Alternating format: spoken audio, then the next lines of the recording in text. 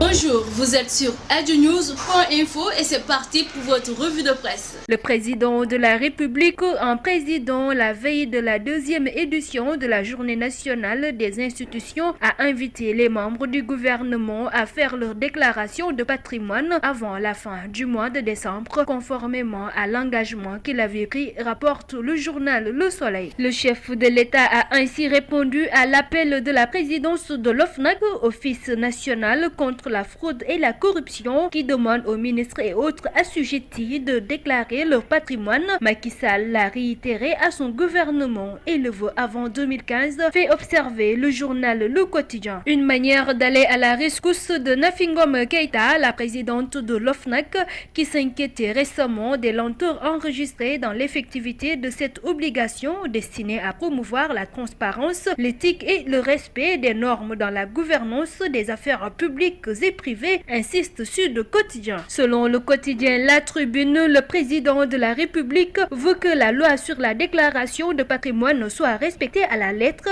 Aussi a-t-il sommé les ministres de s'exécuter d'ici la fin de l'année. Ces ministres ont 7 jours pour lister leurs avoirs. Il faut améliorer notre rapport à l'intérêt général dans notre quête individuelle et collective, a déclaré le président de la République Macky Sall, cité par le quotidien Enquête. Nous avons un gros problème au Sénégal de perception de ce concept. Nous sommes 13 millions d'habitants. Il ne faut pas qu'une petite minorité veuille accaparer toutes les ressources du pays et les 12 millions et quelques. Nous sommes là pour représenter tout le monde, a-t-il ajouté dans les colonnes du journal Le Populaire. Macky met la pression sur ses ministres, relève à sa une Direct Info. Macky lance la traque des biens déjà acquis, renchérit ou à Grand Place, en allusion à celle des biens présumés mal acquis visant des dignitaires de l'ancien régime, dont Karim Wade, fils et ex-ministre de l'ancien président de la République, Maître Abdoulaye Wade. Ce sujet rebondit à la une du quotidien L'As. Si l'on en croit ce quotidien, la Cour de répression de l'enrichissement illicite, la CREI, a saisi les biens de l'actuel maire de Ziguinchor, Abdoulaye Baldé, plusieurs fois ministre sous l'ancien régime de Maître Abdoulaye Wade. Le quotidien Libération fait état pour sa part d'un marché de créé à créé de plus de 2 milliards de francs CFA dans la mise en œuvre du projet de train express devant relier Dakar à l'aéroport international Blaise Diagne de Diass. Fait divers, déguerpissement du marché téléphone portable de Rufisque. Les vendeurs tabassent les agents de la mairie. Bilan, 5 blessés et 11 arrestations. La manifestation d'hier a été particulièrement chaude à Rufisque. Opposée à toute idée de déguerpissement, les vendeurs du marché portable ont apporté une farouche résistance aux agents de la mairie et perpétré des actes de vandalisme, nous rapporte le journal Le Populaire. Sport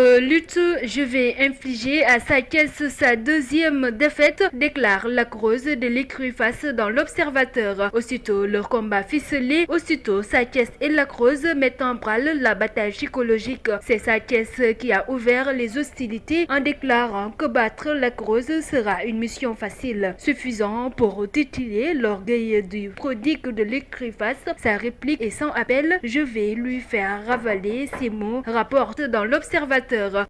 C'est fini pour votre revue de presse du jour sur adnews.info. Merci, à très bientôt.